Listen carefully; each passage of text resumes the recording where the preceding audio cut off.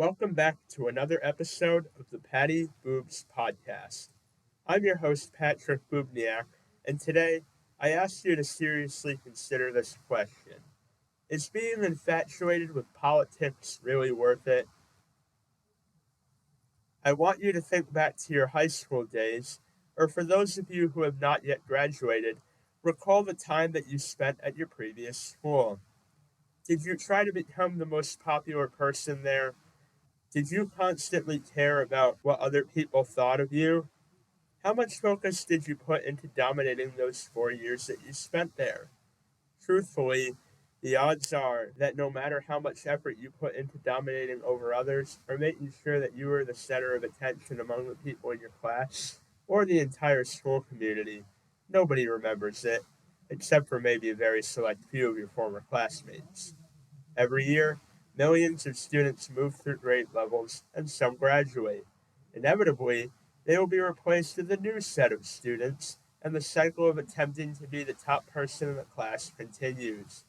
In reality, the only way that you would be remembered for years to come is if you made a significant, profound impact on your school. It would have to be so much of a positive impact that your name is engraved in large letters on a plaque somewhere where everyone can see it. The matter that I just described to you can be applied to many different areas of life, but especially politics. Politics is always a hot topic, particularly here in the United States. In fact, it is about as complex as a game of football. Like football, it contains so many subtopics, each with its own gargantuan amount of content to discuss about it. As a result, it is easy to become heavily involved in the sport and make it your passion. Similarly, politics is just as complex, if not more, and as such, can be just as much of a passion as football. Some people who follow football may have a favorite player or team which they commit their loyalty and attention to. Every year, however, a majority of players are switched around to different teams, and hence the team roster is switched up. Not to mention, there are new players, and other players may retire at the conclusion of the season. A person who follows a specific player can have strong feelings towards them, and those feelings usually amplify when their name is mentioned. They may also have a specific rival player that they don't like from another team. But what if the fan's favorite player is joined to the team that has a player that the fan doesn't like? What if their favorite player retires or gets injured and can no longer play? And what if their favorite team becomes bad? What is the fan supposed to do then? How will their identity change? Was all the energy the fans spent on that single player or team worth it? If a player was important enough, they could have their number retired and be inducted into the Football Hall of Fame, but most won't get that far. Their legacy will often be a distant memory in the minds of a few. In a similar regard, a person can follow politics this closely, fixating on a specific politician or party while despising that politician or party's counterparts. We must ask the same question as we would a football fan, but with the topic adjusted. What if the citizen's favorite politician or party loses an election? Or what if their favorite politician resigns during their term? Or what if said politician was convicted of a crime? What if the citizen's favorite politician gets impeached or recalled? What is the citizen supposed to do then? How are they supposed to think?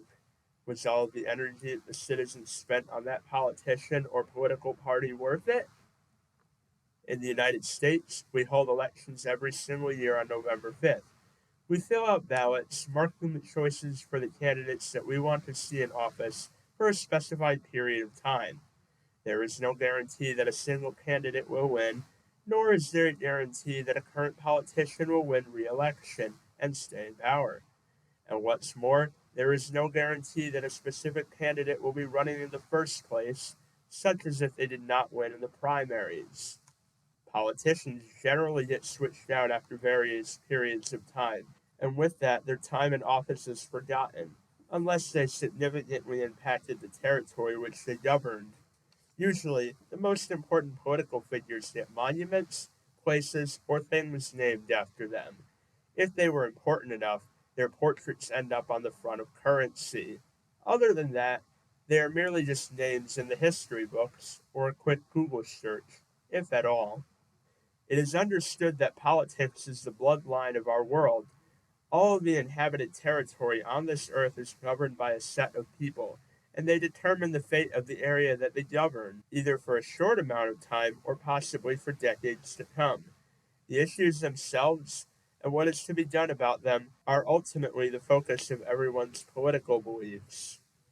But when it comes to specific people and who is in charge at any given time, we must remember that absolutely nothing on this earth is permanent and that everything must eventually come to an end. Every politician will eventually be at the same place as you and I, which is 6 feet under the ground. The amount of power that each politician had and what you or some other person thought about that politician won't matter. Just like sports and popularity, politics is worldly, and worldly things never last forever. And with that, I leave you with the famous Italian proverb that goes, at the end of the game, the king and the pawn go back in the same box.